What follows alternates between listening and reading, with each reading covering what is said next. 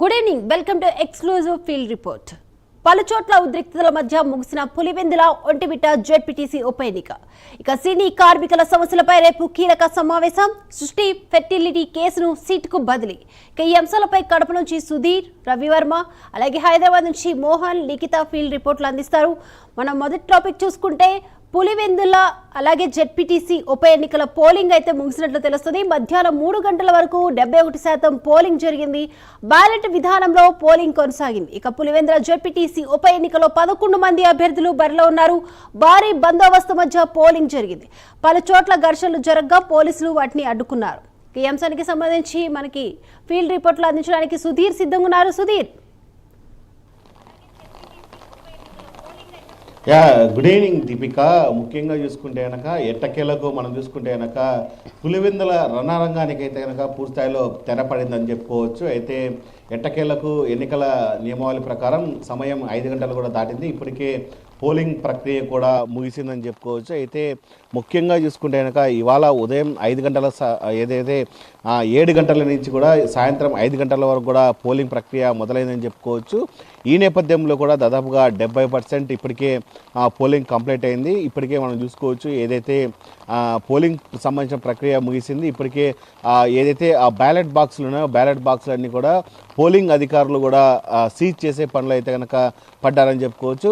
అయితే ముఖ్యంగా మనం ఉదయం నుంచి ఒకసారి వెళ్తే కనుక ఉదయం దాదాపుగా మనం చూసుకుంటే పోలింగ్ స్టార్ట్ అయినప్పటి నుంచి కూడా చూసుకుంటే కనుక కడప ఎంపీ అవినాష్ రెడ్డిని ఉదయం 4 గంటల సమయంలో కూడా పోలీసులు ఇంటికి వెళ్ళి అక్కడి నుంచి ఆయన అరెస్ట్ చేయడం జరిగింది. దాని తర్వాత ఆయన్ను ఎర్రగుంటలోని నిడిజీవిలో వదిలివేయడం జరిగింది. దాని తర్వాత మరోపక్క చూసుకుంటే కనుక తెలుగుదేశం పార్టీకి చెందినటువంటి ఎమ్మెల్సీ రామ్ గోపాల్ రెడ్డిని కూడా పూర్తిస్థాయిలో పోలీసులు అరెస్ట్ చేయడం జరిగింది. ఆయన్ని ఏదైతే ఇడుపులపాయలో ఉన్నటువంటి 888 పోలీస్ స్టేషన్కి తరలించడం జరిగింది.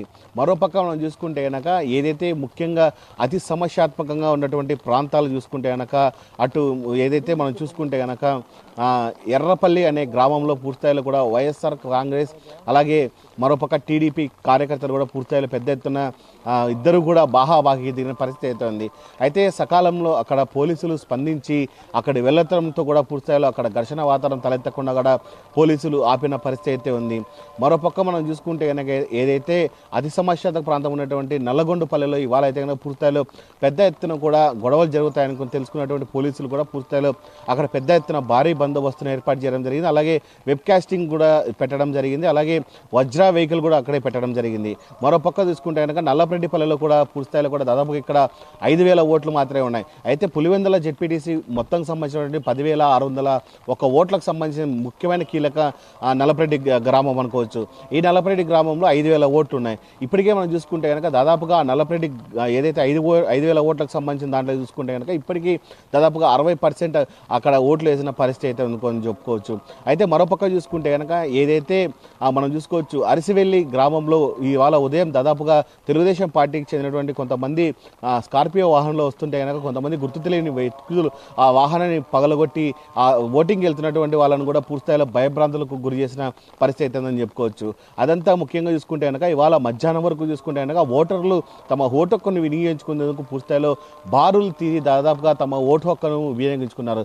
అయితే ముఖ్యంగా మనం చూసుకుంటే కనుక గడిచిన 30 సంవత్సరాల నుంచి కూడా పూర్తిస్థాయిలో కూడా ఏదైతే ఈ పోస్టల్ బ్యాలెట్ అయితే కనుక ఖచ్చితంగా 30 సంవత్సరాల తర్వాత ఇక్కడ ఉన్నటువంటి ప్రజలైతే ఉపయోగించిన పరిస్థితి అయితే ఉంది. అయితే పోస్టల్ బ్యాలెట్కి సంబంధించి గతంలో ఈవీఎంల ద్వారా కూడా ఎన్నికలు నిర్వహించే వాళ్ళు ఈసారి పోస్టల్ బ్యాలెట్ ద్వారా కూడా పూర్తిస్థాయిలో కూడా ఇక్కడ ఎన్నికలు నిర్వహించడంతో కూడా ప్రజలైతే కనుక పూర్తిస్థాయిలో తమ ఓటు హక్కును అయితే కనుక వినియోగించుకున్న పరిస్థితి అయితే ఇక్కడ ఉందని చెప్పుకోవచ్చు.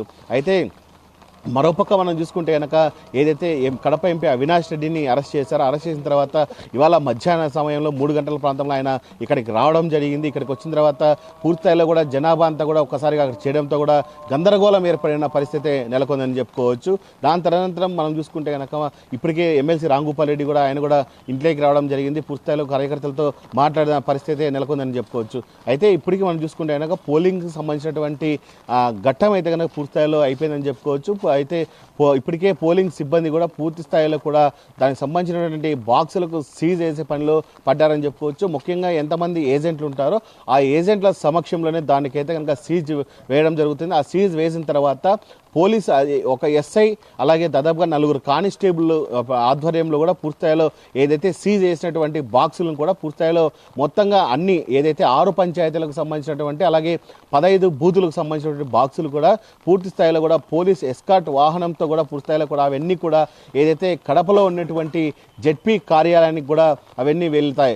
మొత్తంగా అటు ఒంటిమిటకు సంబంధించినటువంటి బాక్సులు కావచ్చు, ఇటు పులివెందులకు సంబంధించినటువంటి బాక్సులు కూడా తీసుకొని మొత్తంగా పోలీసుల సమక్షంలో ఎస్కార్ట్ వెహికల్తో కూడా ఇవన్నీ బయలుదేరి వెళ్తున్నాయి. అయితే ఈ నెల 14వ తేదీన కూడా పూర్తి స్థాయిలో ఎవరైతే జెడ్పీటీసీ సభ్యులుగా నిలబడ్డారో వాళ్ళందరి సమక్షంలో కూడా 14వ తేదీన ఉదయం దాదాపుగా 10 గంటల సమయంలో కూడా జెడ్పీ ప్రాంగణంలో పూర్తి స్థాయిలో ఓటింగ్ ఏదైతే ఓట్లు వేస్తారో ఆ ఓటింగ్కి సంబంధించిన లెక్క కూడా లెక్కింపు అయితే కనుక అక్కడ జరుగుతుంది. దీనికి సంబంధించి కూడా ఏర్పాట్లు అయితే కనుక ఇప్పుడే అధికార యంత్రాంగం పెద్ద ఎత్తులో చేరుకుందని చెప్పుకోవచ్చు. ముఖ్యంగా చూసుకుంటే కనుక ఈ ఎన్నికకు సంబంధించి అటు జిల్లా పోలీస్ యంత్రాంగం కూడా పెద్ద స్థాయిలో కూడా దాదాపుగా 600 మందితో ఒంటిమిటలో కావచ్చు, ఇటు 700 మందితో పులివెందులో కూడా పెద్ద ఎత్తున కూడా పోలీస్ పహారా పెట్టిన పరిస్థితి అయితే ఉంది. అయితే ఉదయం నుంచి కూడా కడప జిల్లా ఎస్పీ ఆయన కూడా అశోక్ కుమార్ కూడా మొత్తం ప్రతి బూత్ను కూడా తిరగడం జరిగింది. అలాగే కర్నూలు డిఐజీ అయినటువంటి కొయ్య ప్రవీణ్ కూడా స్వయంగా తానే ప్రతి బూత్కు వెళ్ళి అక్కడ ఉన్నటువంటి పరిస్థితులు తెలుసుకొని చేయడం జరిగింది. అయితే ఈ నెల 14వ తేదీ జరుగుతున్నటువంటి ఓట్ల లెక్కింపులో ఎవరు ఏంటి అన్నదానిపైన అయితే కనుక పెద్ద ఎత్తున సర్వత్రా ఉత్కంఠ ఉందనైతే మనం చెప్పుకోవచ్చు. సుధీర్, ఇక్కడ మనం చూసుకుంటే 5 గంటల లోపు వరకు కొంతమంది క్యూ లైన్లో ఉంటారు. 5 గంటలకి పోలింగ్ అనేది కంప్లీట్గా క్లోజ్ చేస్తున్నారు. కానీ కొంతమంది క్యూ లైన్లో నుంచున్న వాళ్ళ పరిస్థితి 5 గంటల తర్వాత ఎలా ఉంది? వాళ్ళని అనుమతిస్తున్నారా? ఏ ఏ ప్రాంతాలు ఇంకా ఓటింగ్ కొనసాగుతుందంటారు? దీపిక, మనం ఇప్పటికే ముఖ్యంగా చూసుకోవచ్చు దాదాపుగా ఇవాళ మధ్యాహ్నానికే దాదాపుగా 3 గంటల సమయానికి ఏదైతే ఓటింగ్ అనేది పూర్తిగా కంప్లీట్ అయిన పరిస్థితి అయితే ఉంది.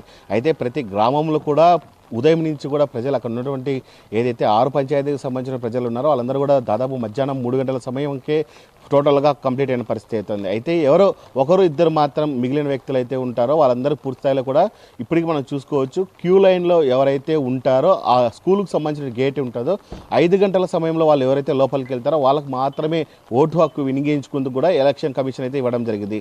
అయితే 5 గంటల దాటిన తర్వాత ఎవరైతే లోపలికి వెళ్తారో వాళ్ళకైతే కనుక ఓటు హక్కు వినియోగించుకునేందుకు వీలు లేకుండా చేసింది. అయితే ఇప్పటికీ మనం చూసుకోవచ్చు ఏదైతే 71% అయితే కంప్లీట్ అయింది. అయితే ఇప్పటికే అక్కడ ఉన్నటువంటి బూతుల్లో పూర్తిస్థాయిలో ఎవరు ఓటు వేసేందుకు రారో వాళ్ళందరి పూర్తిస్థాయిలో కూడా అక్కడ ఉన్నటువంటి గేట్ని కూడా లాక్ చేయడం జరుగుతుంది. లాక్ చేసిన అనంతరం కూడా బాక్సులు ఏజెంట్ల సమక్షం కూడా సీజ్ చేసి అవన్నీ కూడా పూర్తిస్థాయిలో పంపించి 14వ తేదీ ఓటింగ్ లెక్కింపు అయితే కనుక జరగనుంది. దీపిక. సుధీర్.